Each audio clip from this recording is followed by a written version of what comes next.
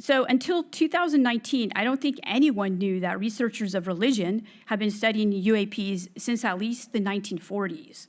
Today, however, we find ourselves at an important moment where these traditions come together, and it is necessary for researchers to learn from each other. Allow me to recap the Greek religion or myth of Prometheus. So this is a myth that is about 2,700 years, although most likely a lot older due to oral tradition, and it has been retold many times, even today in movies and media. So Prometheus is a story about the human interaction with non-human intelligence, and the subject of that interaction is technology.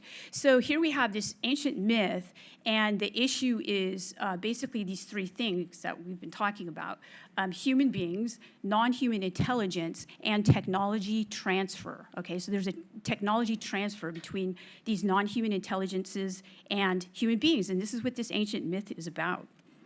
So Promethe is a proto-god, which is a titan of Greek religion. He is said to have created humans from clay, and he steals fire from the gods and then gives it to humans. Humans then perfect it and become technologically proficient.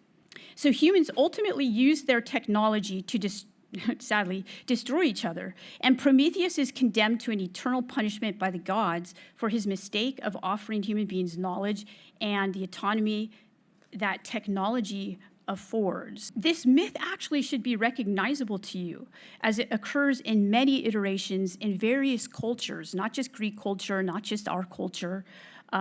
It's a god granting human beings the gift of knowledge. Humans seem to mess it up and are punished in various ways.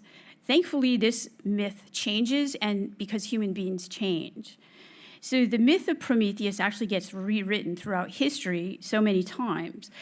We see this in the 20th century in a riff on this myth, and it occurs in India, actually. Srinivasan Ramanujan was one of the most brilliant mathematicians in the world, and is still renowned for his contributions to math theory and infinite series and analyses which are relevant today. There's a journal dedicated to his work. Ramanujan attributed his knowledge of math calculations and theories to the goddess Lakshmi. He said that she whispered these theorems in his ear, fully formed. He finally got to Cambridge. He was a self-taught, well, if you believe his story, Lakshmi taught him. But he didn't have a formal education, and he ended up at Cambridge University. And his colleagues were embarrassed by his assertions, but he never retracted them.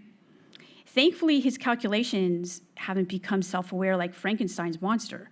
But what you see here is you see a non-human intelligence, the goddess Lakshmi, providing Ramanujan with knowledge. So the myth is a reality for him, for Ramanujan. We can question the objectivity of his goddess, but we cannot question the results of his relationship with her. He is, in fact, a mathematician of the highest caliber. When I began my research into the UAP phenomena in 2012, I began with a study of the history of the United States and Russian space programs. I found that a lot of the formative scientists in these traditions described similar Promethean types of myths with respect to their knowledge production. Some scientists were attributing their calculations to an external agent like Lakshmi.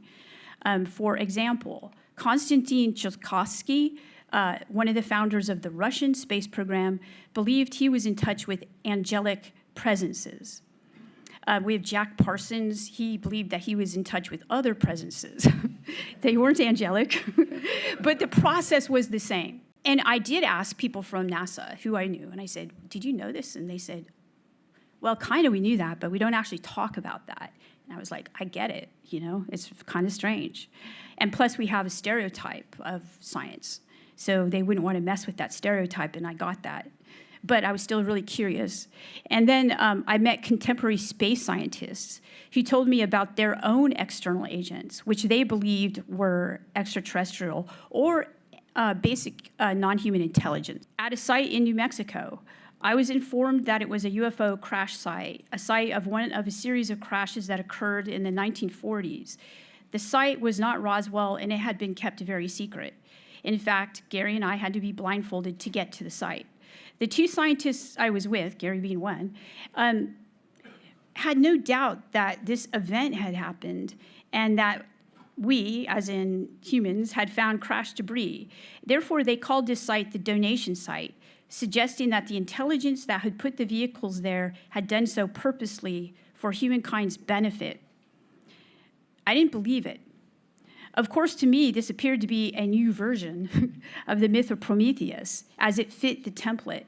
But this new version, which in a way I felt compelled to write, was different because the technologies that seemed to be either inspired by this event or literally reverse engineered, depending on who you talk to, were, like Ramanujan's math, objectively real. I witnessed some of its tangible products. As people outside of these communities, we cannot know how much knowledge has been acquired. Much like Ramanujan's goddess Lakshmi, scientists with who I was doing field research believed that they were acquiring technology or technological products from extraterrestrials or non-human intelligence. This is why they called that site the donation site. So they were giving, in a sense, like reverence to this. And of course, I saw this in a religious-like way.